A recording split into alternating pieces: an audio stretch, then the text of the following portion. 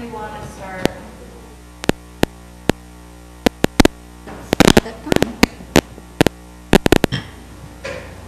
Does the light have to be on? We're good?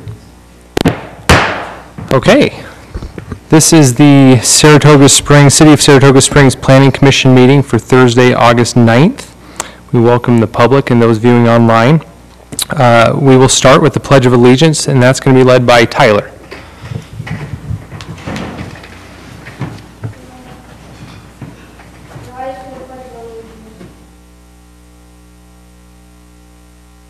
Pledge allegiance to the flag of the United States of America and to the republic for which it stands, one nation, under God, indivisible, with liberty and justice for all. Thank you, Tyler. We'll now proceed with roll call. We'd like to excuse Commissioner Wilkins, our chair, who's have some family obligations. I am Brian Chapman, and then we'll start with Commissioner Carn. Chris Kahn. Sandra Steele. Ken Kilgore. Troy Cunningham. Bryce Anderson. And staff? Sarah Carroll. Okay, thank you. We have set aside some time for public input, so if there's anybody in the audience that would like to comment on an issue, feel free to take your spot at the microphone up here at the rostrum. Is there anyone in the public who'd like to offer any input? Okay. This is a light agenda today, and so we have a work session. We'll go ahead and turn the time over to Senior Planner Sarah Carroll for the Code Amendment to Title 19, Small Wireless Facility, and it is a work session. Okay, great. So Dave put the code together. I've read it twice just in, to give my input on it.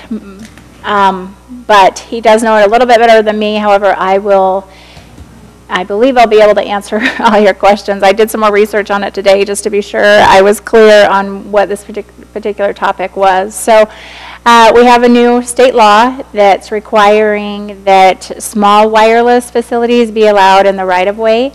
And a lot of what you're seeing in the code is specified by state law. Such as the fees and that it can be in the right-of-way and things like that. We can regulate the aesthetics, and you'll see that in the code. I added some diagrams today just because I wasn't 100% clear on exactly how these function. So you see this small cell pole here, and that's the kind of thing we're talking about where there's a small cell antenna on top of an existing pole or a pole that's added to the right-of-way, and then there's copper or fiber in the ground that it travels to other facilities. And the purpose is to have better coverage for cell service. So here's some examples that you're seeing that I found. So here's one that would be on an existing light pole. You have an antenna at the top, and then this box houses equipment that helps operate this whole thing. So they're calling that a cabinet that holds equipment that processes wireless signals from multiple wireless carriers, and then those transmit to that larger box. And then here's another example. So here's some on a utility pole, and then this one on a slimline pole, meaning there's no light. This would maybe be a pole that would be added to the right-of-way. So if it didn't work for it to be on top of an existing pole. We have several examples in here, and then Commissioner Cunningham also sent me an article, and I cropped some images from that, so I'll get to those towards the end. What you're seeing here is some antenna, and then the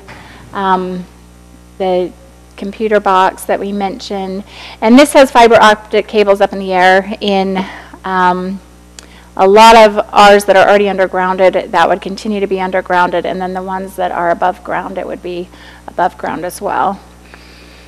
So the summary of the bill is that it's required to be allowed in the right-of-way. It needs to be a permitted use, and So a permitted use, and it can have certain conditions.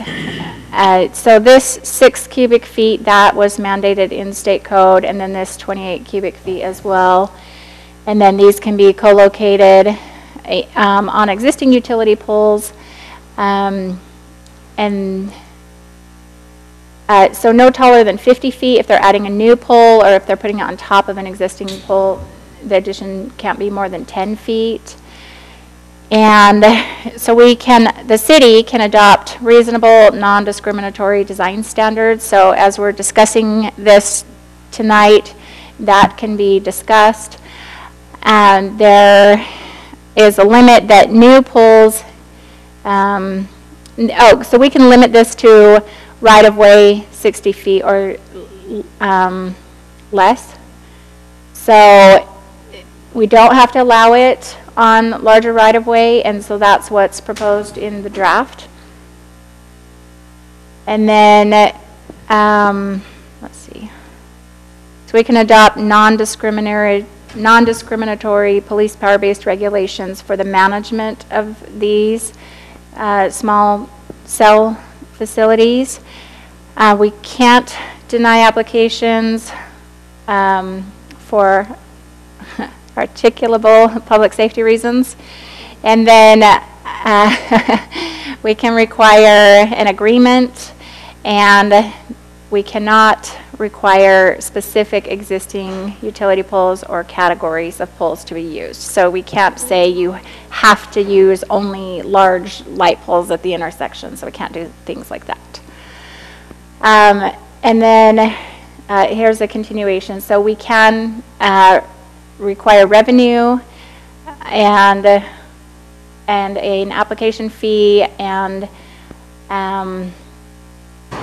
a co-location fee. So we can require fees. These were also the fees mandated by state law. And then, so application limits, population of category 2 authority population of 64,999 or less. So that's regulating how many applications. And obviously we fall in that category. We have less than that population. So up to 25 small wireless applications per day, which I don't think we would be, excuse me, handling that volume, but it's possible. So as far as the proposed ordinance goes, we're recommending that they not be in any public right-of-way wider than 60 feet, so that would match state code. We added a definition for small wireless facility, and then we add the maximum sizes that state law mandated. Existing poles, we want those to be structurally verified. So if they were to put those on existing poles, we want those to obviously be engineering and sound, structurally sound. New poles, the code recommends that any new pole have the same color, material, and style as the city's existing light pole standards, and then that any equipment that's attached to an existing pole be the same color as the pole. So, you know, the city standard has black poles. Generally, there's other locations in community plans and village plans, things like that, that might have different colors. So it's a requirement that they match the color of the existing pole. And we're recommending limiting 1 antenna per pole, so we don't see poles overcrowded with these. And then we can't regulate the separation between them, so we can't say, you know, they have to be 100 feet apart or anything like that. And then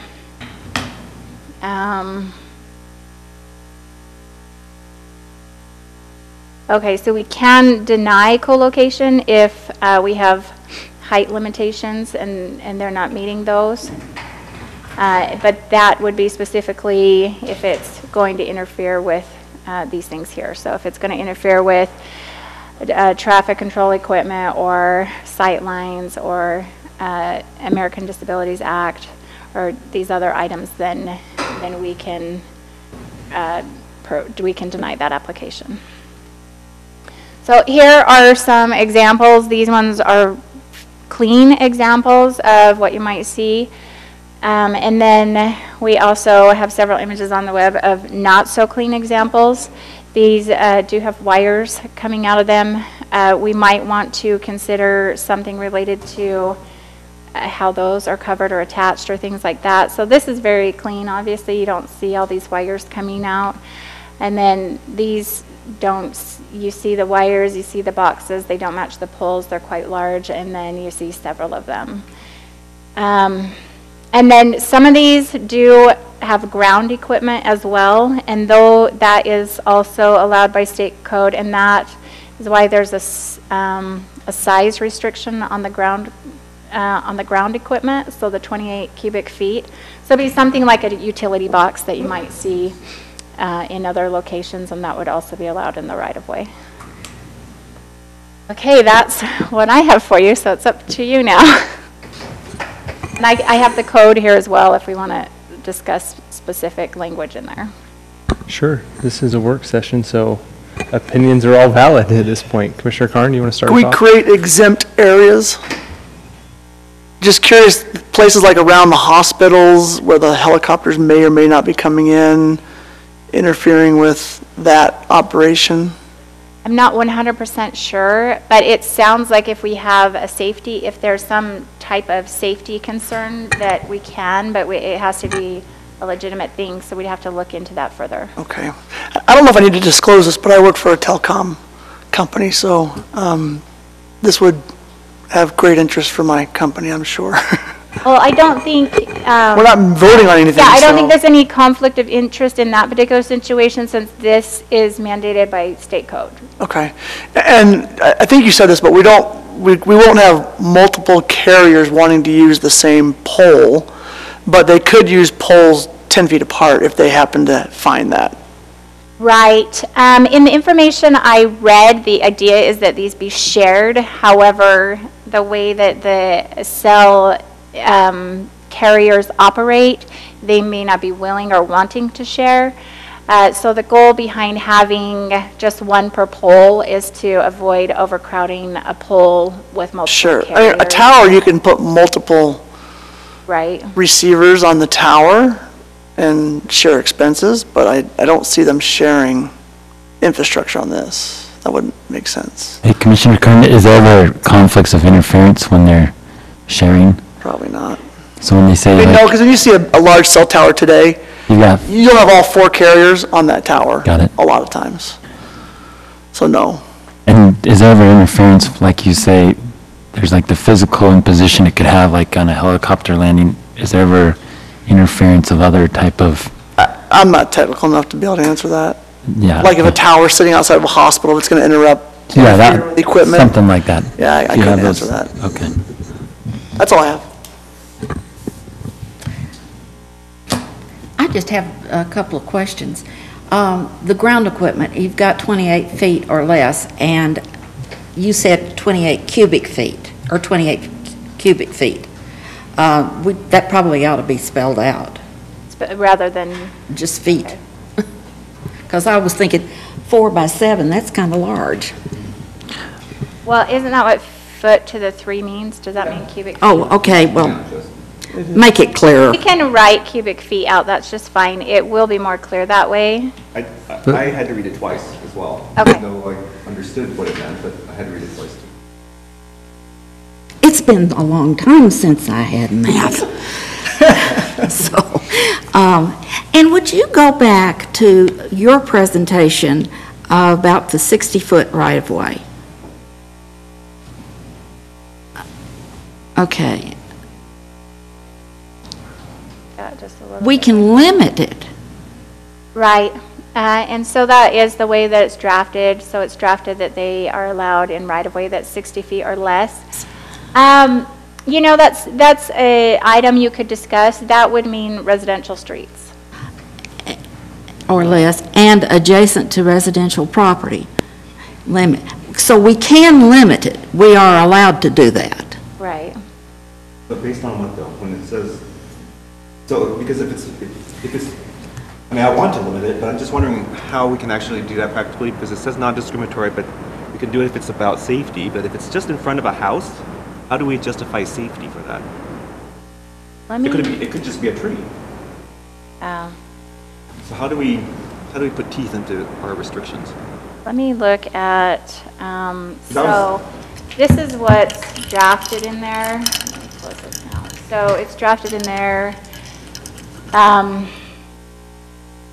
So a small wireless facility provider may not install a new pole in the public right-of-way without the city's written consent if the public right-of-way is adjacent to a street or thoroughfare that is not more than 60 feet wide as depicted on the official plat. Okay, so that's the opposite. It has to be more than 60 feet wide. Okay.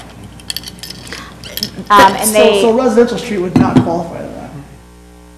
right. So, well, What is our typical right-of-way for? so our streets our standard residential streets are now 59 feet. The existing ones are 56 feet, and the change we made last year, they're now 50, the new ones will be 59 feet right of way. So you can't put it in a residential area then? Don't increase the right-of-way.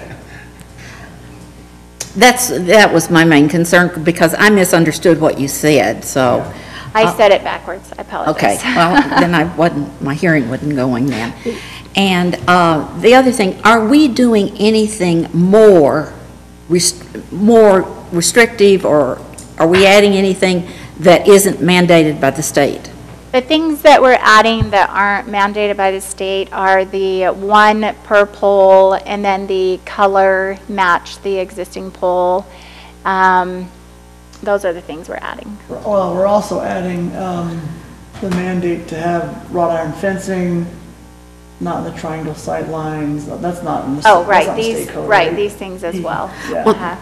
But that's on all, isn't that, We're adding that to the state code, though. We're making that more restrictive. but wasn't that already in our code?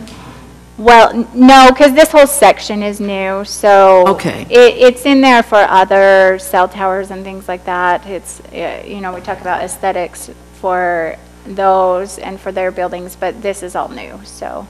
It's covering the aesthetics for this particular type of cell. And we tower. can do that. Right. So, okay, so let me understand. We could have a single pole, and it's gonna have a wrought iron fence around it? And- Around the ground structure, Yeah, around the ground. not the pole. Okay. So if around they've the got to build a ground. utility box, Yeah. they have to screen the utility box But, okay, so what about all those utility boxes that we have? for that are other not utilities? screened. Yeah. You know, and so then you're gonna have all those, and then you'll have one with a box around it, with a fence around it? So as I was looking at this further today in preparation, I wasn't totally clear what the ground equipment looked like, but 28 cubic feet isn't very large, and that's, Yeah, it just seems kind of weird. I don't know that I don't know.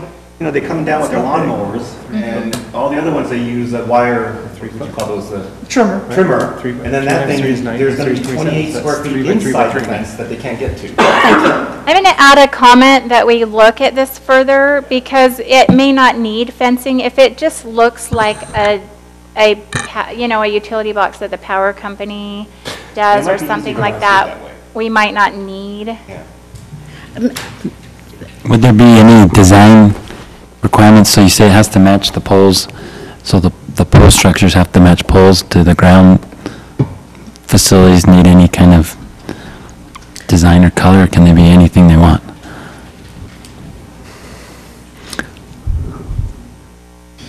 Yeah, because what if there are no light poles or something nearby, then what's the default color?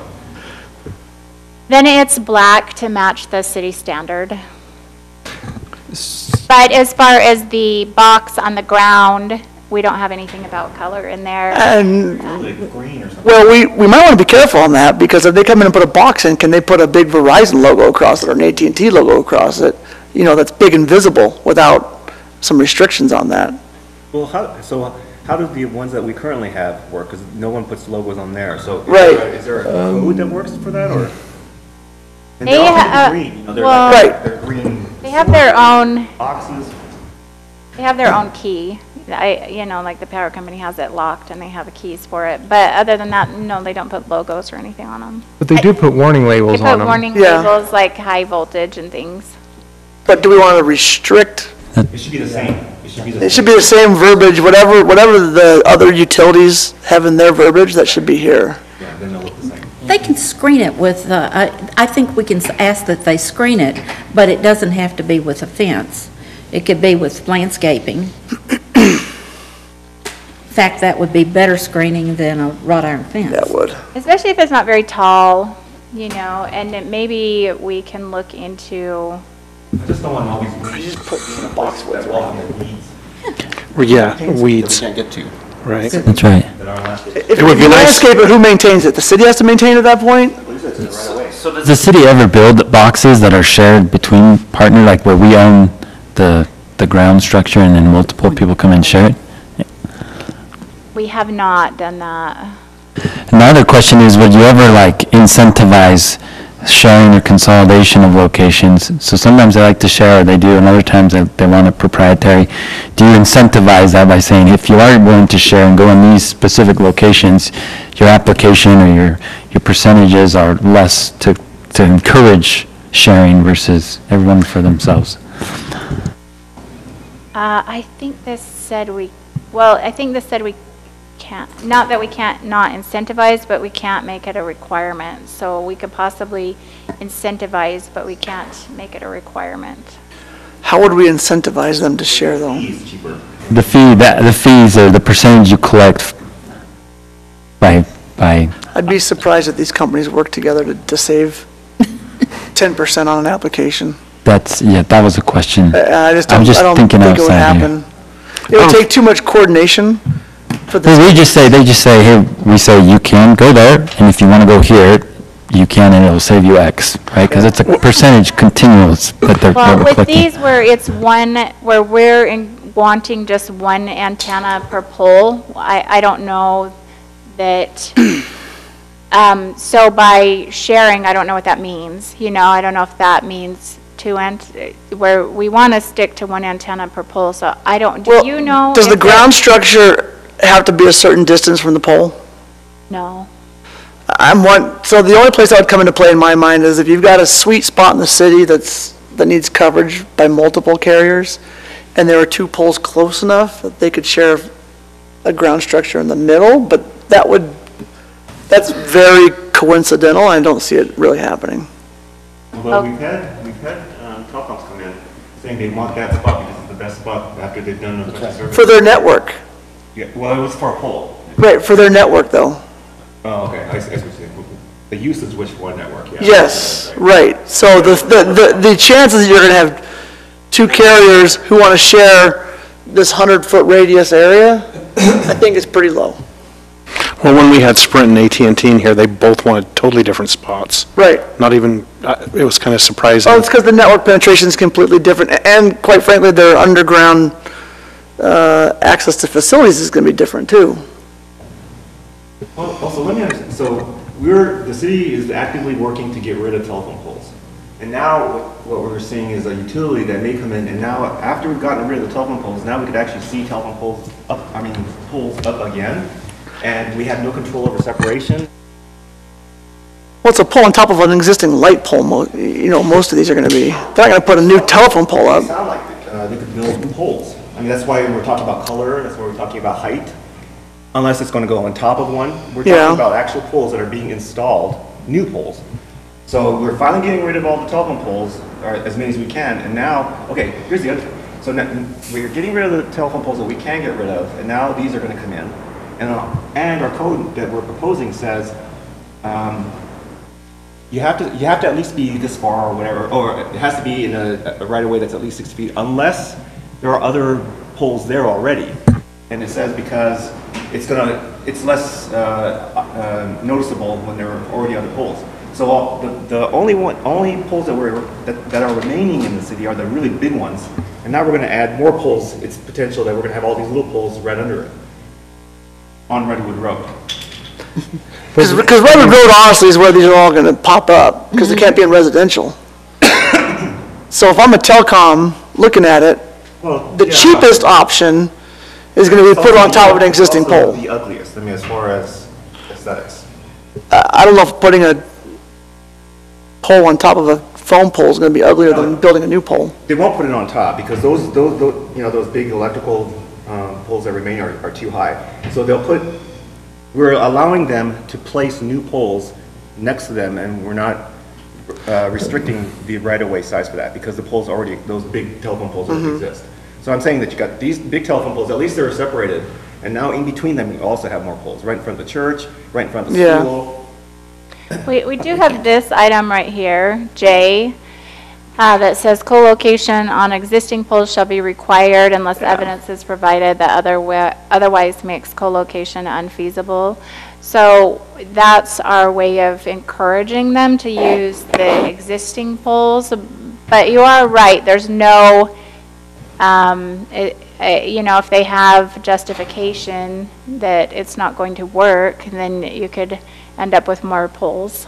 And the cheapest option will be to co-locate on existing poles by far. And they can software define the network as long as it's, you know, not too far from where they want to be, and optimize it where it's not going to give them a problem. I don't see I mean, I guess it could happen feasibly, and that's what we have to think about, but I don't see all these little poles between the big poles, because it doesn't make sense. I have a question. Right above this, we say that lattice towers greater than 35 feet are prohibited for our larger facilities. Are we able to say that we don't want lattice structures? We can, because we can regulate aesthetics. So we can say that these cannot be located on lattice structures. So. I would like that. Okay. Also, some of the diagrams that you showed, it seemed like it was really reachable. I mean, it was like the height of a person, some of the components that were there. And so I'm just wondering, how do you protect from vandalism? Especially if they've got wires coming out of them. Those are good questions. Let me go back to that. We don't have, you know, so here's kind of this diagram, and I don't know if It's not really scale, yeah. Yeah, sure, but I think it was Unless it's a very tall person. I think it was Then these ones down discriminate. here. You can kind of see the house in the background, or this person in this photo. These ones are up higher. But you know, you had ones that had the wires coming down the pole, Oh, yeah. the cables. Yeah, and it might be useful to discuss, so we have a comment in, or we have a requirement in here about the wires. Where did it go? That they need to be inside the pole. Yep. And we say if possible. So we might want to add something, you know, if it's not possible, that it needs to be in conduit. Yeah. Or something like that. We might want to add something about it being underground unless it's on poles that aren't mandated to be buried by city code. There's the only poles that city code doesn't mandate be buried are transmission lines. They're the really large power lines. Yeah. And all other utility lines have to be buried. Now, the way I understand it, though, you can put this on a street light pole. Right. That would be, So if we added that the wires be, if they can't be in the pole, that they be in, you know, like a single conduit or something that matches the pole. So when I'm driving up to Island Park, Idaho, and you see like those Fake stuff on trees? top, the fake trees. There's a palm tree in Provo.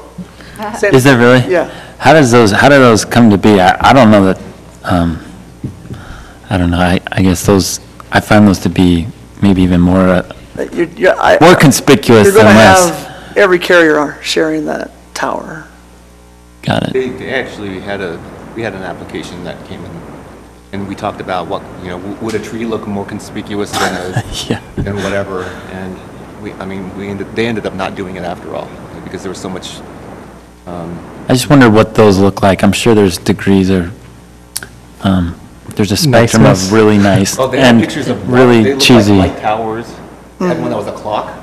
Yeah, water Interesting. tower, Yeah. A water tower, that had a a lighthouse. windmill, So lighthouse. they could do all kinds of stuff. And the palm trees in Las Vegas, Yeah, They're not bad. I'm sure they do. Yeah. but they don't Pictures fit of other Provo. states, you know, other cities, other environments. Okay, let's go back to Commissioner Steele. Did you have another? Okay. Commissioner Kilgore. Blurted everything out already. Yeah. Okay, Commissioner Cunningham. So I think we've covered the stuff that I was concerned with.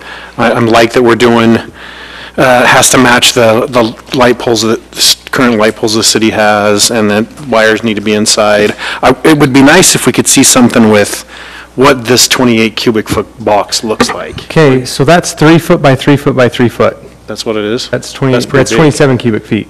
That's, So to put a wrought iron fence around that's, is. I don't know that we should have, it's- I think we don't necessarily need a fence No, around. it's, you see a big, not the, like the Comcast ones or the tall ones, but the wider ones. Right. That's essentially what we're talking about, 3 foot by 3 foot by 3 foot. That's not big.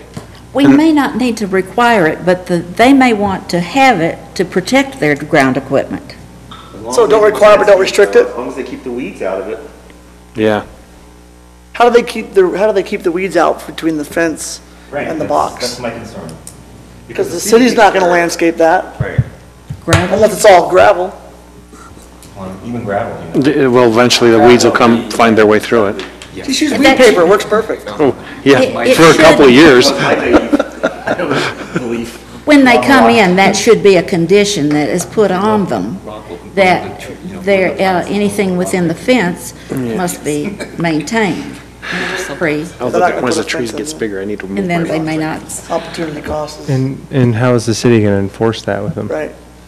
No, If you're telling them they gotta have someone come out and cut the weeds around it, there's no way Oh, they they- put it they- in there. They just lock the box like every other utility does. But, yeah, the other thing, I agree with Commissioner Carn, we need to look about what's going, with the helicopters taking off and landing, And the remote control. and the RC park, that's the other thing we need to look into, if that's going to interfere with them. And can we, I guess we're given some leeway that we can Yeah, say, it's a hey, it safety can't be in issue there. in any of those areas. Right, okay, that's all I have, thanks. That's CDRC area. Hey, Commissioner Anderson. I think my questions were the design standards for the box themselves. So you talked about a logo, I'm saying just a bright green or orange box, is that what we want? The interference between carriers or between other equipment or other types of things was just one of my questions. The other one was, you know, we talked about the spectrum of niceness of these poles. I just wonder if there is, in all the fees and all the things that we collect for them to put these poles in and to if we do incentivize them to use really nice standard or to come to our specific places where you can kind of consolidate these. That was my question, just to eliminate. Are you talking about having a consistent design so they all look the same? Is that what you're referencing? Yeah, well, yeah, like if the city, you know, if we invested in something that did look nice, like a clock or something, and say, hey, come to these places or these designated spots, and if you can go wherever you want, that's within the rules and the parameters, but if you come to these spots, just incentivize or to incentivize not having as many as so many places. That was all. So- Another question. That brings up a question for me, can neighborhoods that are on, that's probably not a public right of way, I'm thinking like Legacy Farms and North Shore that have large monuments. Those aren't in public right of ways, are they? Where they could put one of these on one of those monuments and get some revenue out of it? That's, Because we've it's height restricted not handled those. in this draft. We haven't talked about Like Legacy other locations, like. Farms has the windmill, right? No, Legacy Farms has the water tower. Water tower. I think those monuments are height restricted in their development agreement, so that they probably couldn't do that without coming in and asking for an amendment to that. I have a question that I just thought of. Is this going to also include the city's towers that they're using for meter reading?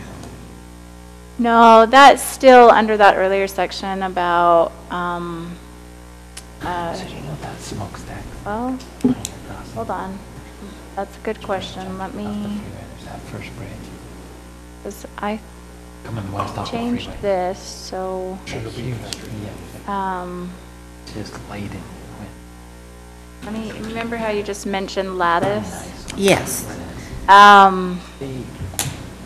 They can't go on, But we changed, There's still no thing. hold on. You can be up there. Just falling. That's a good question. So, maybe we could make a note and have Dave address that. it might be addressed if we add that they can't go on lattice towers. But I'll make a note. So the comment is really that we don't want them on those? Is that the comment, that we don't want them on the utility meter read towers? I don't know, do we? Well, are our meter reading towers, lattice towers? I know the state has one that is at Pioneer Crossing, or was at Pioneer Crossing, that was a lattice that was monitoring weather and traffic. Right. And so what are ours? What do they look like? Our program is so new, I don't know that there's many there. So I'd have to ask Public Works. I think there's some in operation, but I couldn't tell you off the top of my head where they're at. I believe they're smaller than that they're a small lattice tower in the right-of-way, and that, the city's goal is to install more of those so that we don't have to have someone drive through the streets to do the meter reading, that collects the data, so that there's enough in each neighborhood that it collects the data, without having somebody drive through the whole neighborhood. But I think we only have a few, or I don't know how many. I know we have one.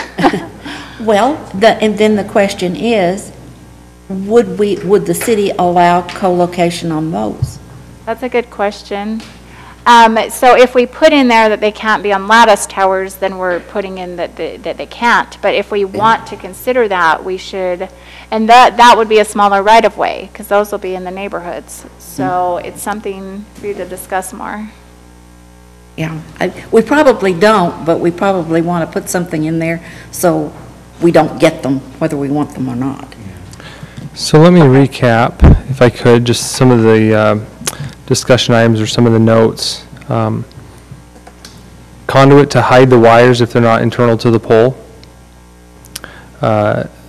Seems we're positive about the 60-foot right-of-way limitation, essentially no residential areas. We had some discussion about the 28 cubic feet, whether a fence is needed, or if there's a fence, what happens with the weeds and who's going to maintain that. Positive about one per pole, the color match to the pole.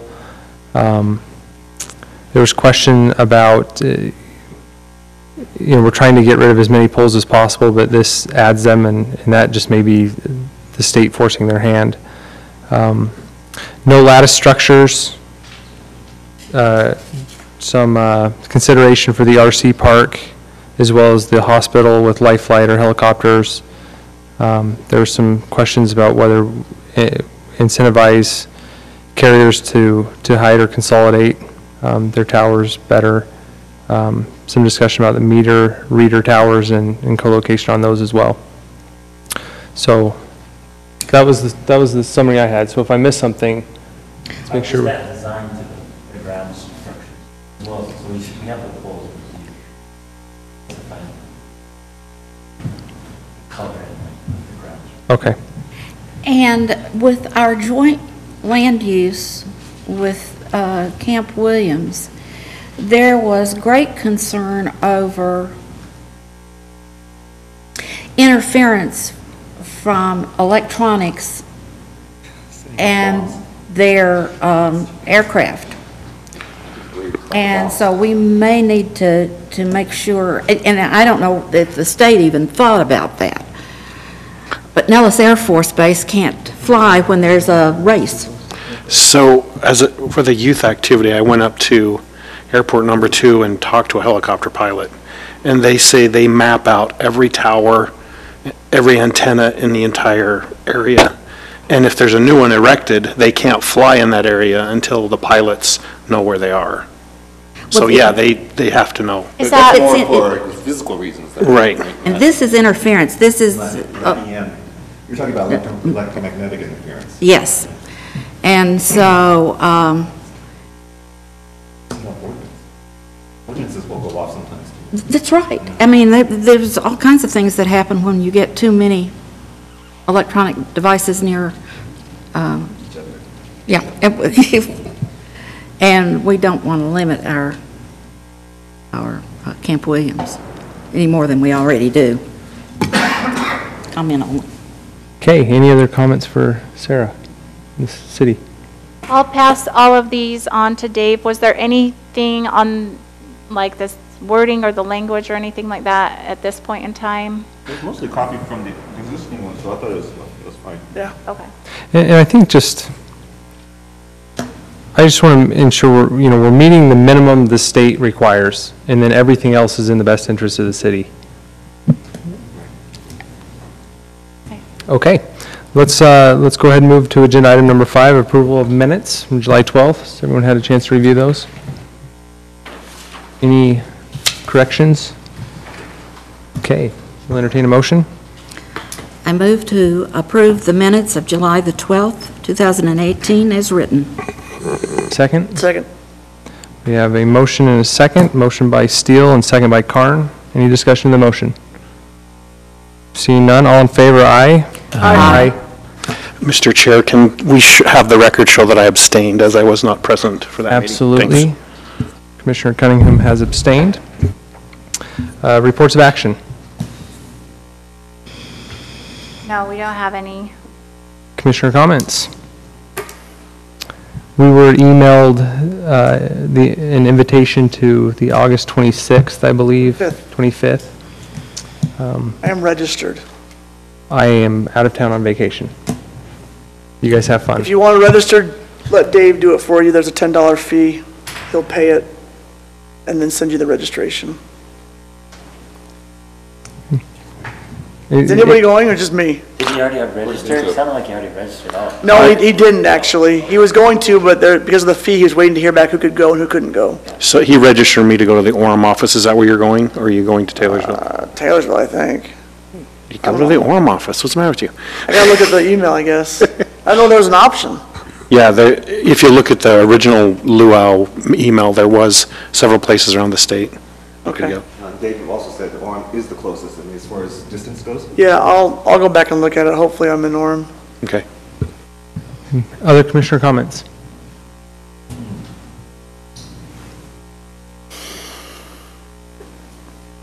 Shortest meeting ever. Let's go. Okay. Director's report? Just 2 quick updates. You're probably already aware, we received the Beacon Point application with the special project site, and then the Maverick will be, the Maverick on Ring Road, they'll be opening August 16th, so. And they're having a little community event, right? I Yeah, think they that's on always the do. community Facebook page or Yeah. the citizens page. The council approved the, sorry, what's the other one called? The North Shore. Oakwood Homes project.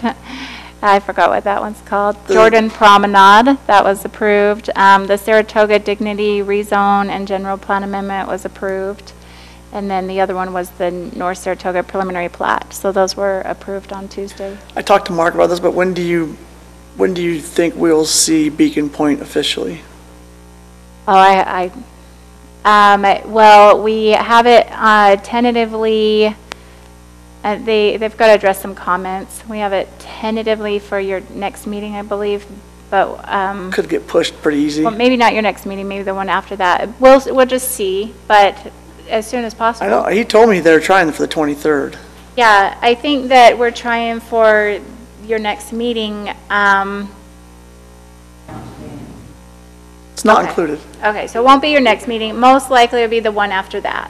Well, So- it's not up for a public hearing, but that doesn't mean they won't bring it to us for a work session. Sure, that could happen. So that'll be up to Dave. He's processing that one. Okay. We have 3 public hearings. Next, on the 23rd? On the 23rd, Arcadia, North Shore. It's the North Shore. It's not a rezone, it's the neighborhood plan, okay?